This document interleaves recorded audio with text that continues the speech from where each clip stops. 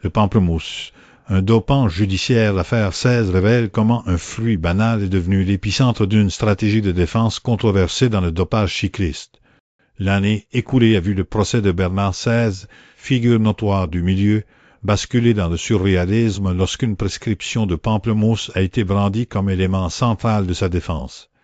Cette manœuvre, loin d'être anecdotique, illustre une sophistication croissante dans la construction de récits visant à brouiller les frontières entre médecine conventionnelle et pratiques dopantes. L'écho médiatique, amplifié par des émissions comme Cash Investigation et le surnom Dr Mabuse attribué à Sainz, a transformé un fait pharmacologique en un puissant symbole de l'opacité systémique. Cette stratégie discursive cible directement la difficulté des autorités à réguler les substances situées dans une zone grise, exploitant les failles du cadre juridique et l'imaginaire collectif.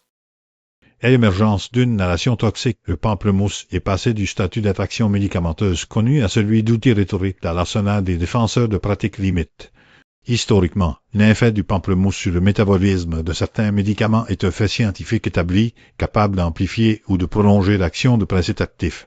Dans le contexte hyper réglementé du cyclisme professionnel, cette propriété a été détournée pour servir une narration alternative. L'équipe de défense de Sainz, impliquant des personnalités comme Carlier, a habilement manipulé ce savoir pour construire un alibi plausible et techniquement crédible face à des accusations de dopage. Ce glissement sémantique s'inscrit dans une ère où l'expertise est instrumentalisée pour créer le doute raisonnable, exploitant la complexité biochimique pour échapper à la simplicité binaire de la règle sportive. Le débat public s'est ainsi retrouvé piégé dans des considérations pseudo-scientifiques, obscurcissant la question éthique fondamentale. La pharmacologie comme écran de fumée, cette défense repose sur une exploitation stratégique de l'incertitude scientifique et les délais d'adaptation des régulateurs.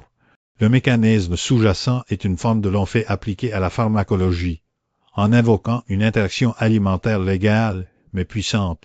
La diffusion de la causalité directe entre l'intention de dopage et la substance prohibée détectée.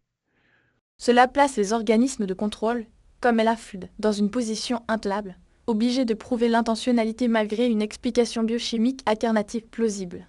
La campagne de communication associée, alimentée par des sites spécialisés comme Cyclisme Dopage, Comme et des hashtags ciblés Pamplemousse, DR Mabuse, a consolidé ce récit dans l'espace numérique, créant une contre-expertise parallèle.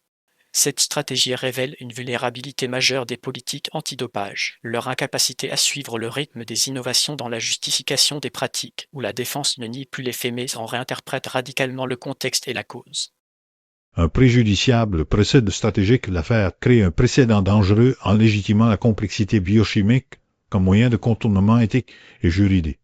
Le verdict, quelle qu'en soit l'issue juridique immédiate, est déjà une victoire stratégique pour les partisans des zones grises, démontrant l'efficacité d'une défense fondée sur la surcharge informationnelle et le doute technique.